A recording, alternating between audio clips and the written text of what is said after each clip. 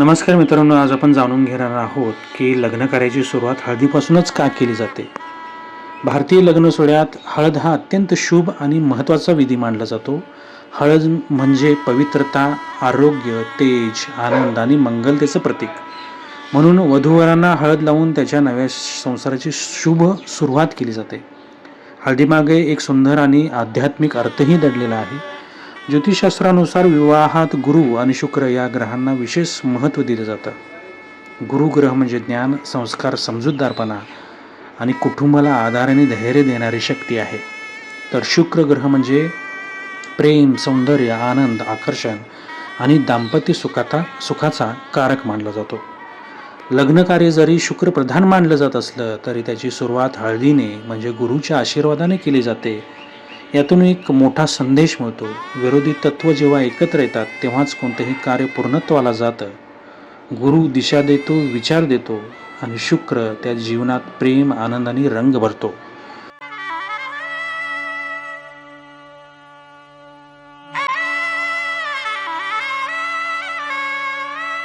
हळद आपल्याला शिकवते की दोन माणसांचे स्वभाव वेगळे असले, विचार वेगळे असले तरी प्रेम, आदर आणि समजुतीने संसार सुखाचा होतो. म्हणून आजही प्रत्येक लग्नात हळदीचा विधी मोठ्या उत्साहात आणि आनंदाने साजरा केला जातो.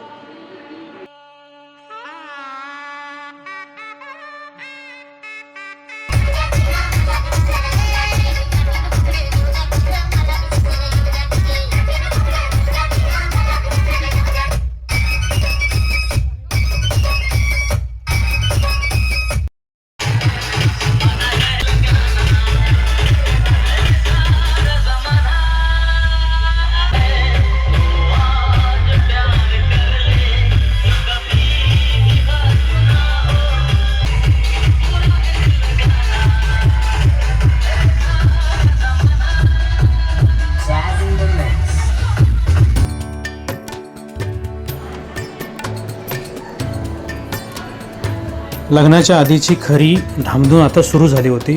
घरात आनंद, उत्साह, हसण्याचे सूर भरून गेले होते. बहिणीबरोबरची मजा मस्ती रंगली होती.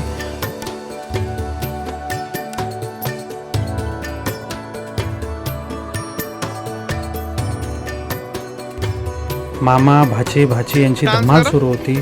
काका, काकी, मावशी यांच्याशी गप्पांचा फळ रंगला होता. नवीन कपडे, सुगंधी परफ्यूम, डोक्यावरचे फेटे, सगळेजण सजून धजून तयार झाले होते. विवाह मुहूर्त जवळ येथे गेला. मनाची धडपड वाढली होती आणि त्या शुभक्षणी पहिली अक्षता पडली.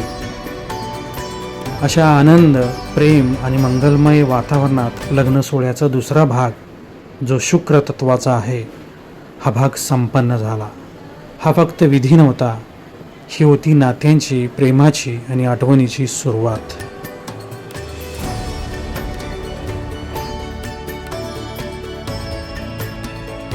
असेच नवनवीन व्हिडिओ ऐकण्यासाठी लाईक करा, व्हिडिओला शेअर करा आणि चॅनल सबस्क्राईब करा. धन्यवाद.